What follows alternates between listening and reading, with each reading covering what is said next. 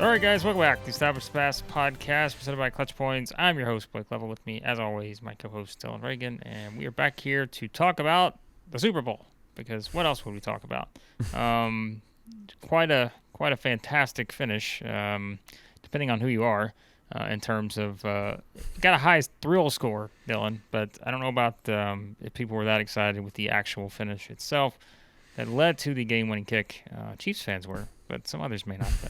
But 38-35, Chiefs get the win over the Eagles. A pretty, fun back and forth game as you would expect.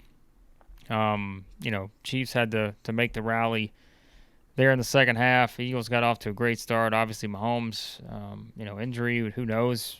Going into halftime, you're like, oh boy, this could completely change everything. But I mean, it's like I can ask where do we start, but I think everybody knows where everybody else starts with this kind of thing. And again, whether you want to we'll obviously talk more than just the call, but again, Dylan, that's what everybody's talking about. They're talking about the call, and yeah, I mean, it's one that certainly changed the dynamic of how this game was going to play out. But yeah, where do you stand on it? I mean, I think the most disappointing part was not so much even the call itself, but what the call meant. Like in terms of you kind of quickly process, like as soon as the flag's thrown, you're like, they can just do exactly what they did, which is waste the clock and kick a field goal with basically no time left. What it meant to me was worse than the actual call itself. Like, I know there was some calls missed against the Eagles DBs earlier in the game, maybe holding and stuff like that, and that was kind of like the expectation that they were going to let them get away with some of that stuff. So you kind of play within the rules you've been called all game. I get that kind of point of view, but we've seen this in other Super Bowls where in the last few minutes they're, maybe they let some stuff go in the middle of the game, but they're not going to have, they'd rather, call something that is holding than have coming back at them miscalled it. Goes the other way where they're told like, hey, this is a clear penalty. Why don't you call it in like a crucial spot? So the hold itself, I mean, even James Bradbury said after the game that he held him, right? Like, credit to the to the Eagles players and Nick Sirianni, and no one really made excuses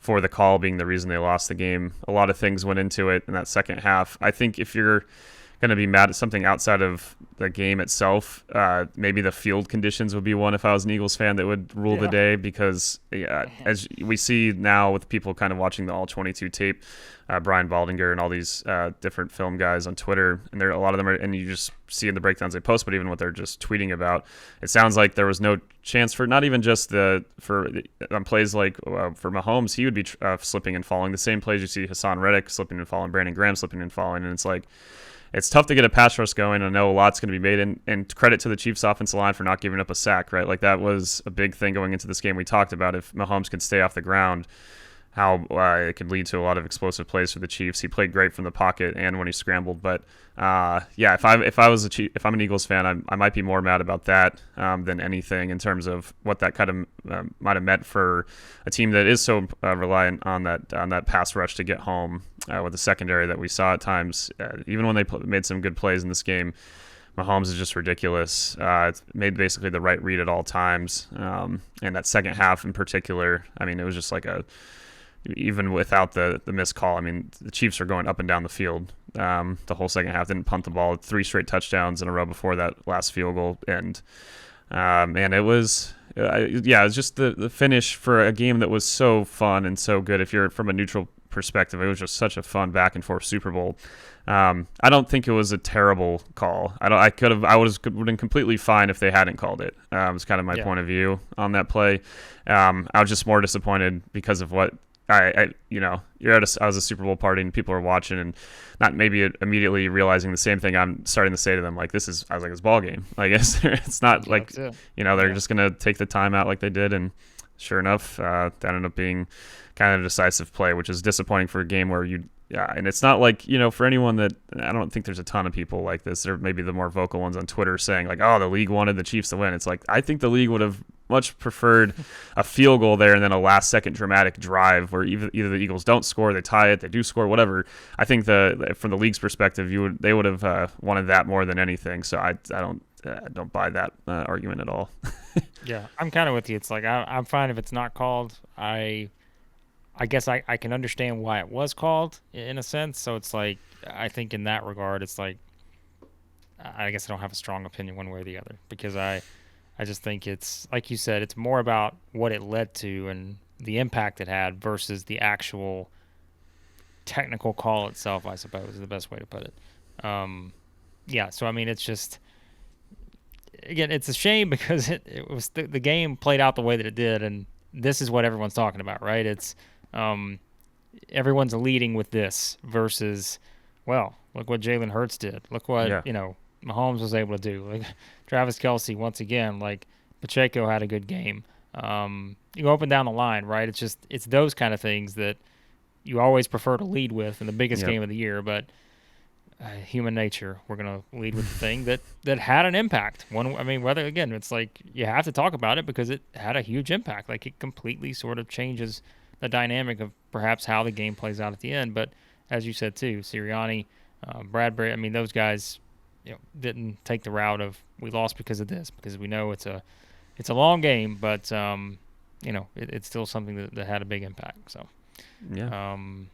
beyond that, let's get to the good stuff, because again, there was a lot of good in this game, from just the standpoint of, we always said it, like these are the kind of games where you expect your big players to step up and make the big plays, and like that's exactly what you got here. Like you couldn't have scripted it any better in terms of pushing that line of the big players always step up in the big moments and make the plays, and that's what happened here, right? I mean, literally, look at every sort of top player coming into this game: Patrick Mahomes, Jalen Hurts, Travis Kelce, AJ Brown, Devonta Smith. Like even Juju had some big catches. They were down the stretch. Pacheco, we talked about him. Like all the big offensive guys like made big plays here, and on the defensive side, obviously there were some big defensive plays too. And so, yeah, like that again is kind of, you kind of hate it in that regard of the call being talked about like that. Again, understandable, but man, you just had so many big plays in this game that just kind of changed the momentum, and it's easy to forget about all those just based on how the game finished.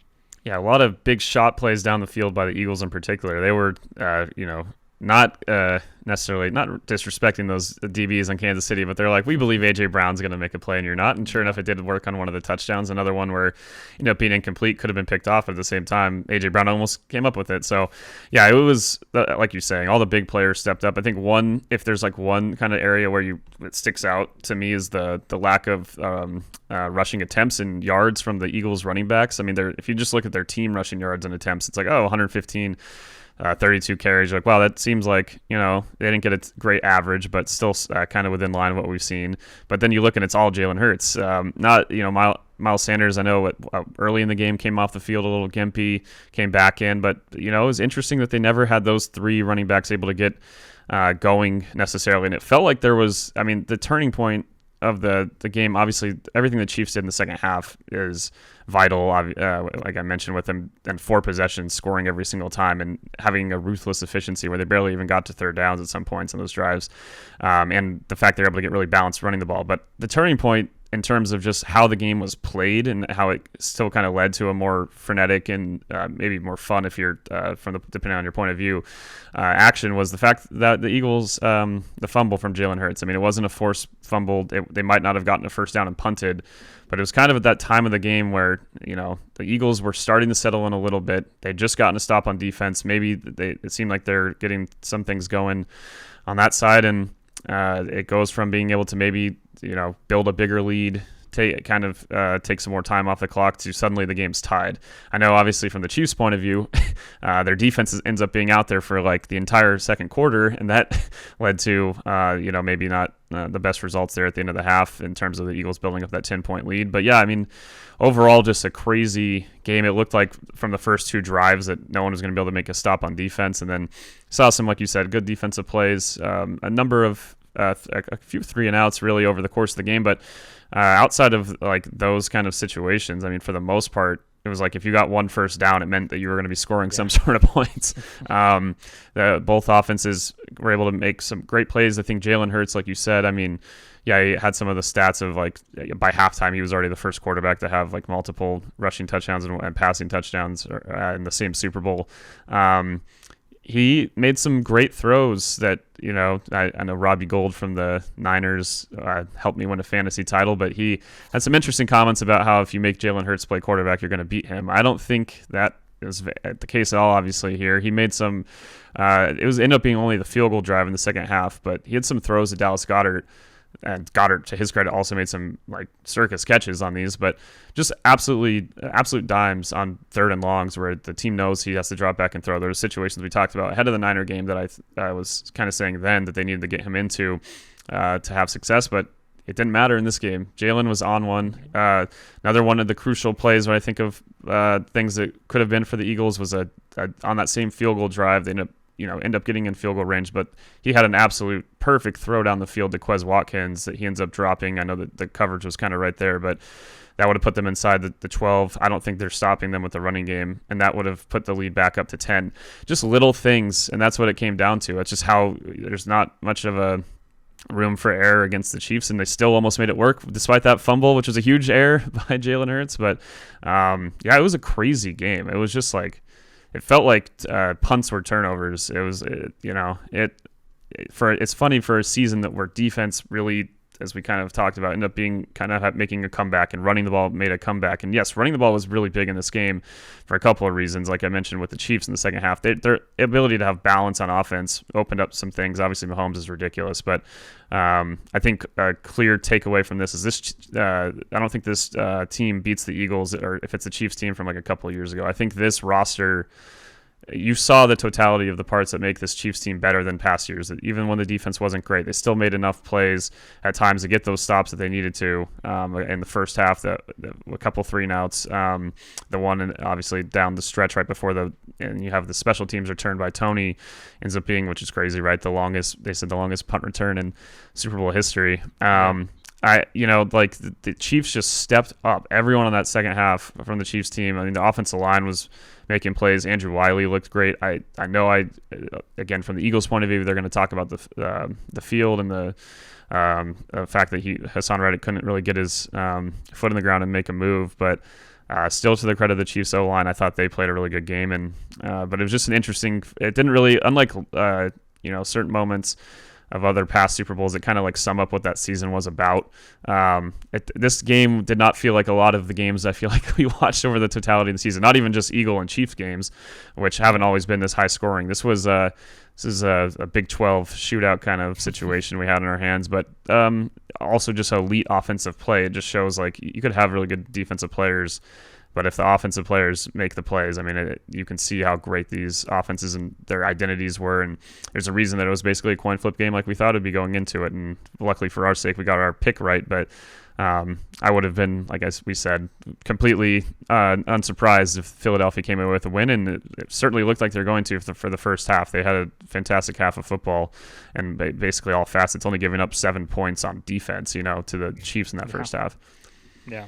No, it's wild because, I mean, it is one of what I said, right? I was like, I think it's going to be a lower scoring game because of the defense. But you think about the defense making plays, and you're just like, well, that can raise the score too if the defense is able to make some plays that, put the offense in easier positions or score themselves. And, again, we certainly kind of saw how that can play out there. But, yeah, I mean, there were so many moments, and, like, I think it's, so many sequences there. I mean, I'm just talking about the Chiefs basically running the same play with a different guy, like the Tony and Sky Moore plays where they, they send the guy out and he comes back out and it's just basically it's a touchdown or whatever it was, I guess, on the same scenario, right, where they're able to do that twice.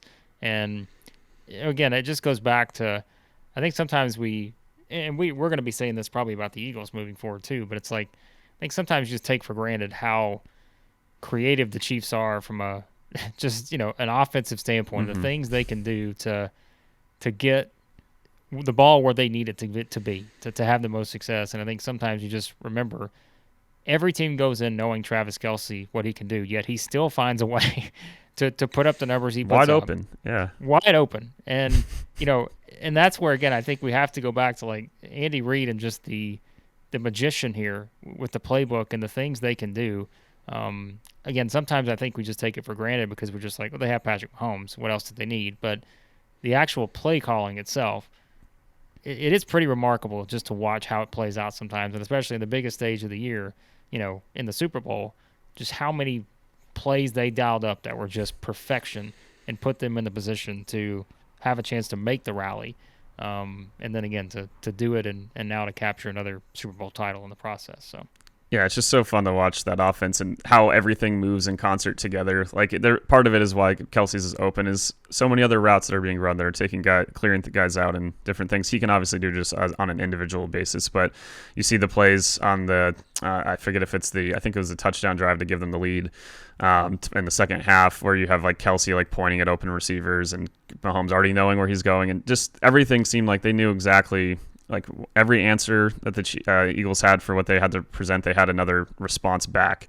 And yeah, those two plays, like you mentioned, I forget who posted on Twitter that it was week 4, the Jaguars, Doug Peterson ran basically the same concept against the Eagles for a touchdown. And sure enough, Andy Reid paying attention there, figured out how to do it even better. That the play in that Jaguars game, he scored a touchdown, but he got tackled. I mean, both these guys were by themselves. Back-to-back plays. Also, seeing how they set it up, they kind of ran a similar. This is another thing again posted. I forget exactly who posting the play before the first touchdown, the one to Tony, where they had a running play with a similar kind of motion action, and they saw exactly how the Eagles were going to kind of adjust to that, how they're going to have one of the safeties drop down to take the motion man, the safety's going to take down to the motion man, and the guy that was initially guarding him drops back to the safety spot. And that just leaves you so vulnerable to exactly what we saw, where he motions back in, immediately stops, pivots back out. There's no one there. And sure enough, it worked, like you said, twice in a row. It's pretty crazy that, it's tough to adjust quickly to that moment. But, I mean, that's what Andy Reid does. That's why he's so great. And that's why even, I think, as we've talked about, this Chiefs offense became more dangerous without Tyreek Hill, which we didn't think maybe was going to be the case. But I think it's that versatility to be able to have not just like two like clear times where they were going to either Kelsey or Hill in past seasons. And if you could shut them down, or maybe not shut them down, but slow them down relatively, it could at least have a chance against this Chiefs team. Whereas right now, yeah, Kelsey's still the number one guy, but everyone's getting touches. They're running the ball well, but everyone's also in the passing game getting touches. And when you have 4 guys that can all get 4 or 5 guys that can get the ball every single time, it's really hard to defend when you have someone of Mahomes' caliber as he's getting more mature and reading defenses better. And then you have the Wizard and Andy Reid, like you said. I mean, Andy Reid was already a first ballot Hall of Famer, but for his, against a really good Eagles team, I think this was a big legacy game for Andy Reid to build on, not just being, one of those offensive wizards. There's plenty of offensive great minds in the history of the game, Don Coryell and different guys that never won a Super Bowl. They're credited for, moving the game along. And I think of the last 20 years, it's hard to name too many offensive guys that have really had as big of an impact on the NFL as Andy Reid. And yet here he is with 2 rings. And I know there were some things about him potentially considering retirement, but it doesn't sound like that's going to be the case with what he said after the game. And I know even I think it was Brad Childress at one time as an assistant coach with the Chiefs was kind of asked about the idea of when Andy would walk away, and he's like, he's not going to walk away. He doesn't want anyone else to have Mahomes, so he might be coaching well into his 70s. And I wouldn't blame him. It seems like the sky's the limit for this team. They're getting stronger in different ways and figuring out their identity has changed from the first Super Bowl team, but if maybe for the better. I think this is as complete of a Chiefs team as we've maybe seen in this era of Mahomes, which is kind of scary moving forward, but also exciting if you just appreciate really good football. I know at times we kind of, with the greatness of Patrick and Andy Reid, it can kind of become like you just get used to it. You don't really, over the course of a season, it's always fun to see the next team that's going to be the challenger. But man, the Chiefs were on full display, and I mean, just so fun to watch that offense, and just wish the field again was a little better condition. It just it did feel like on both sides it maybe made a slight difference. It's a little easier when you know where you're going on a slippery surface than when you are kind of reacting from a defensive point of view. But still a great game, and I think Andy Reid, like you said, that was why we kind of both, when we ended up picking the Chiefs, part of it was that factor. Obviously, Patrick Mahomes, but we knew Jalen Hurts could have a great game, and he played even better than maybe anyone could have expected. To put up just a ridiculous performance. But I think that Andy Reid factor, I mean, they came through in those big moments with some of the play calling. They're just so fun and so creative, and even like the running play they did out of the two-back, like pro set. It's always fun when you see the things I was playing, on Madden 10 and the formations and stuff like that are a little bit by the wayside. But here you are, Kansas City, finding a way to make the most of every player they have, getting into 12, 13 personnel, multiple tight ends. It's like they're not just a spread team. This offense is really versatile, and I think the second half it was crucial. Those drives weren't just, if they just had Patrick drop back every single play, I don't know if it goes the same way for Kansas City in the second half. They really were just brutally efficient no matter what they did, running or throwing the ball in the second half. The Eagles' defense, after a solid first half, just did not have an answer for most of the second half. Yeah, they did not. It was, again, quite a game, and the Chiefs they found a way, and I know to go back to the initial discussion when we started this with the call and everything, but, you just look at the impact players and so many big plays, and, yeah, it was certainly not a game that lacked noteworthy storylines coming out of it. I guess and we'll do this moving forward as we get into the offseason, but I guess one of the questions is the Eagles, because, the Chiefs have been here now. They've won their, another Super Bowl here recently. For the Eagles, This was kind of the coming out party this season, and, certainly I think eclipsing expectations from the preseason to this point to get all the way here. But, that was the expectation as the season go along. You're just kind of like, okay, well, they've got a really good shot to do this.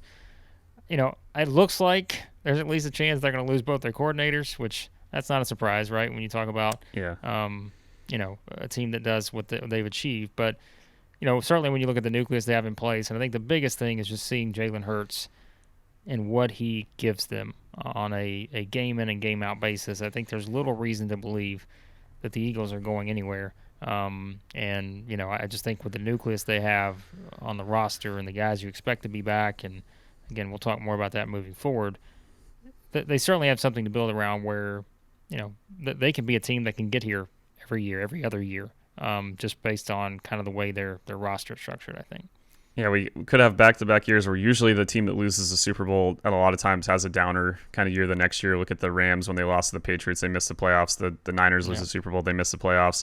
The Bengals got better last year. I don't know if the Eagles can get better, but I think, to your point, they could stay just as good. I mean, this was like a really good chance in terms of all the guys they're able to get on those on trades and different signings for discounted prices. I mean, I just pulled up their free agents, and you look at the names. I mean, Robert Quinn barely played in the game, but Fletcher Cox, Brandon Graham, obviously they can probably get Graham on a more affordable deal if he wants to come back. Hargrave, Kelsey, Bradbury. I mean, you go down the list of Ndamukong Suh, Linval Joseph. It might be tough to hold together everyone, but like you said, the nucleus is still there. I think they're going to, in the NFC in particular, there's no reason to think this team is going anywhere. All the stuff we talked about ahead of the Super Bowl is kind of ridiculous to look at this team and kind of credit everything they had done to their schedule strength.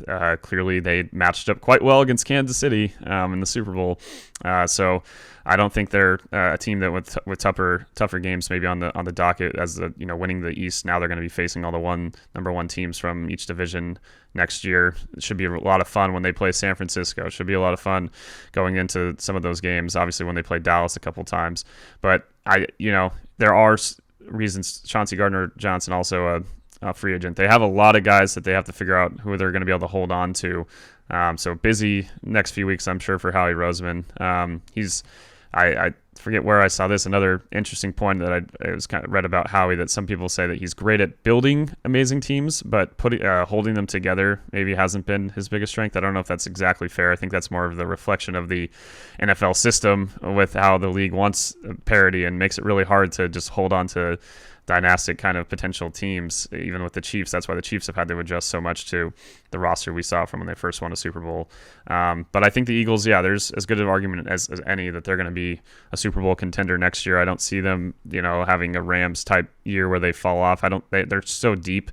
Obviously, if they have offensive line injuries at the level that the Rams did, it can make a difference. But this team is depth-wise built in a very different way, where there are players that are on, number 4 through 53 on the roster are as strong as any in the league. So even if they lose some of these bigger name free agents that I mentioned, I feel like they're the kind of team that has done well developing and finding guys to replace those kind of players. So Philadelphia should, with Jalen in there, I mean, man, he just seems to keep getting better. His approach even after the game, again, talking about how he's going to learn from this, and you just feel like this Eagles team, I don't know if it's going to be next year. It's really hard. A lot of things have to go your way to go to a Super Bowl, let alone win one. But I won't be shocked if we see, I don't know if we're going to have a similar case to the last time with the Eagles getting the Super Bowl, where now we have a new coach and quarterback. I think there's more likely that they're going to be sticking with Sirianni and Jalen Hurts for a longer period of time, and that Jalen Hurts might just, if he plays like he did in this game, where he's throwing the ball as well as he did, and he just adds a few more things there, I mean, he could be in the MVP conversation. I think Jalen has that kind of ability, and he's so young still. Like he's got plenty of football ahead of him, and it's obviously with the main weapons they have there and a strong offensive line, I don't think a whole lot might change for that Eagles offense, even if the defense maybe takes a step back if they lose some of these free agents. Yep. Well, we will obviously talk more about it as we get into the offseason because, believe it or not, Dylan, we're officially in the offseason now. After the Super Bowl. So we will talk a lot about the Eagles, I'm sure, a lot about the champions, the Chiefs, and a lot more here as we move through the offseason, and the NFL draft will be here before you know it, obviously free agency. All this stuff still to come. But for now, Dylan, I'm sure, over Clutch Points, a lot of stuff, fallout from the Super Bowl, looking ahead, all that good stuff, so everybody knows where they can find all that. Yeah, you can go to ClutchPoints.com to the NFL section there. We have tons of stuff. Yeah, tons of the fallout, all the player reactions, all the reactions from everyone, quotes, everything you could possibly hope from the Super Bowl, more analysis of the game itself. A lot of stuff already, talking about those key free agents for the Eagles and Chiefs to re-sign as we have for every other team. Those articles are coming out in Clutch Points in the NFL section. A lot of stuff for every team, looking at the overall, starting our overall offseason preview series for every team.